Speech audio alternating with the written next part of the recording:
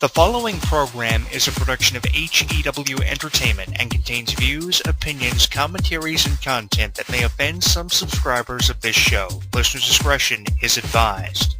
It's that time once again for HEW Entertainment Radio. And that's all I got to say about that. Hosted by Jonathan Clarke. The beat! The man! You gotta beat the man! Whoa! Be sure to join us in the live chat room during the show. Hulkamania is running wild like it's never ran before. Call us on one of our request lines. If you live in the United States, call us at 1-641-985-7800, box number 3729288. If you're from Canada and would like to call us from 1-647-724-4194, box number 3729288. Long distance charges may apply in some areas. I've been the world heavyweight champion 10 times. Or you can always drop us a line at MySpace, myspace.com/HEW Entertainment. And you will rest in peace. Emailing us works for you too. Email us hewwrestling@hotmail.com. I am a wrestling god. JBL.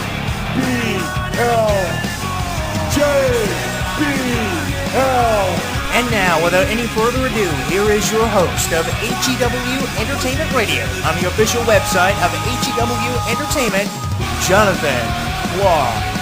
The champ is here.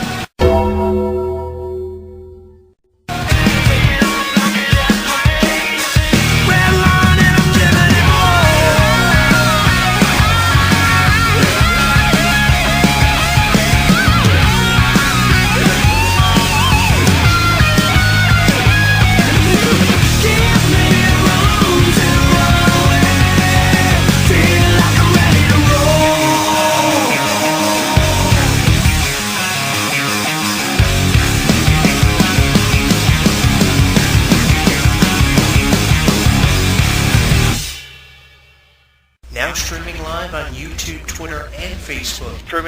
YouTube, Twitter, and Facebook.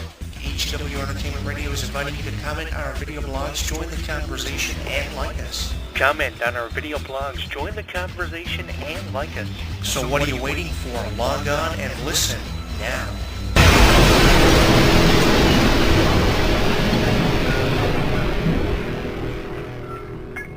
Don't miss out on any of the action. Download our app on the App Store, Google Play, and the official website of HEW Entertainment. Once you download and install it, you'll get caught up on news, YouTube videos, and more. Download it now.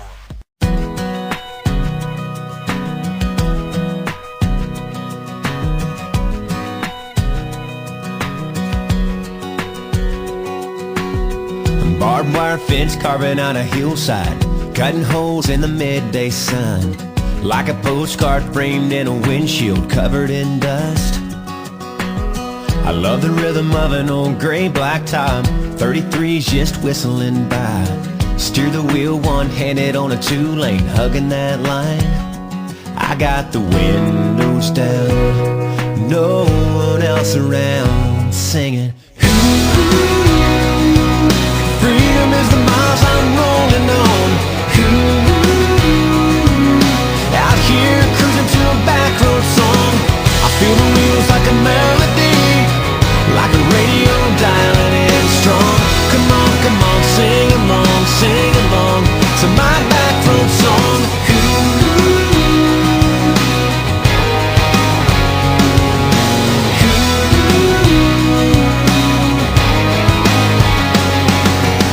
I hit the brakes for an old New Holland, hammer down and pass them on up. The breeze smells like a summertime hayfield's just been cut. I got the windows down, way out of town, singing. Freedom is the miles I'm rolling on. Out here cruising to a back road song. I feel the wheels like a melody, like a radio dialing in strong. Come on, sing along to my back road song.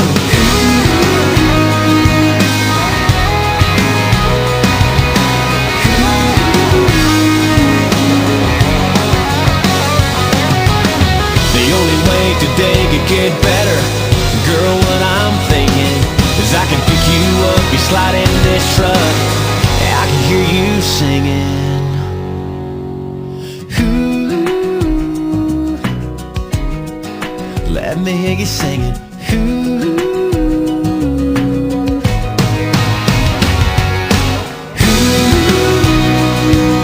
Freedom is the miles we're rolling on. Out here cruising to a back road song.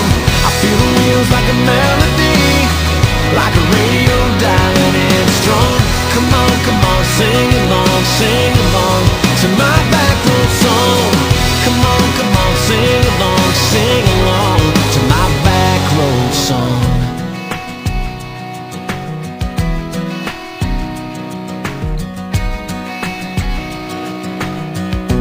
This is my back road song. This is my back road song. Come on, sing along to my back road song.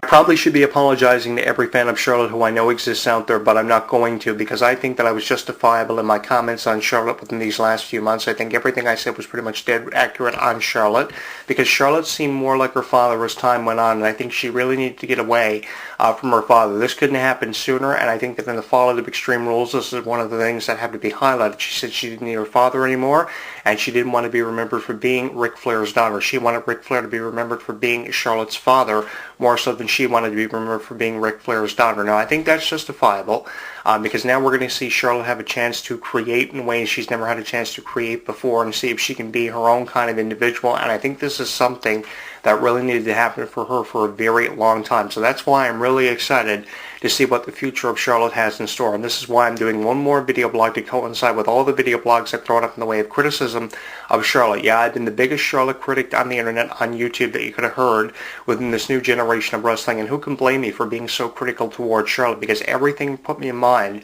of Ric Flair, from the ring attire to the theme music to the way she even wrestled. I mean, it was ridiculous how closely she resembled her father. And now with her father apparently saying goodbye to WWE for forever, at least now getting her away from Ric Flair is one of the best things that you could have done. Now, we're not saying that this is the end of Ric Flair by a long shot, because he could return in a storyline in a creative way as the manager of someone like a Becky Lynch or a Sasha Banks to change the complexity of the division up, because his involvement with the women like Fit Finlay's has obviously become really apparent, but obviously Ric Flair is not training the women, and this is why so many people believe the same thing I have within these last few months with Ric Flair's new role being looked at in the way that it has, of how Ric Flair now resembles a pervert more than he has throughout his entire wrestling career, and that spanned over 36 to 40 years. And in 36 to 40 years, Ric Flair had never been looked at as more of being a pervert than what he is now. And that's really what it resembles to me, how Ric Flair's role in WWE seems to be being approached. It seems like he's more of a pervert. Yeah, everybody was lining up back in the 80s and 90s to take a ride on Space Mountain, but I don't think it's about Space Mountain anymore. It's about the second, the third generation wrestlers of your family or somebody else's family, and how can you promote that when you're always at the side of someone and you're overshadowing the person that you're promoting? I think that's what Ric Flair was doing with how she resembled her father so much, was overshadowing Charlotte. And now she's stepping out of that shadow and she's really coming into her own, and that's one of the biggest things to be highlighted from the fallout of Extreme Rules. She went out and beat Natalya on her own after Flair was banned from ringside, and then she told her father in the fallout the next night on Raw, when she had retained her women's championship, I don't need your help anymore to win matches, because I can win matches on my own, and now I'm going to be remembered for being my own kind of individual, more so than being your daughter, and you're going to be known as Charlotte's father. And he cried. There was a lot of emotion. I really appreciate the emotion, because it made him feel more real and more like you could buy in to the whole idea that Charlotte didn't want anything to do with her father anymore, and he was so overcome with emotion, you kind of just bought the storyline and the angle, and you're wondering now where this is going to go. And it has so many wrestling fans talking on social media, probably more so than any storyline going on from any division in WWE, from all different aspects and angles of professional wrestling, from whatever promotion you're talking about. This has to be one of the most talked about angles on sites like ProWrestling.com and .net. I know everybody have been speculating on Ric Flair's future, but you can damn well bet we have not seen the last of Ric Flair, although he said goodbye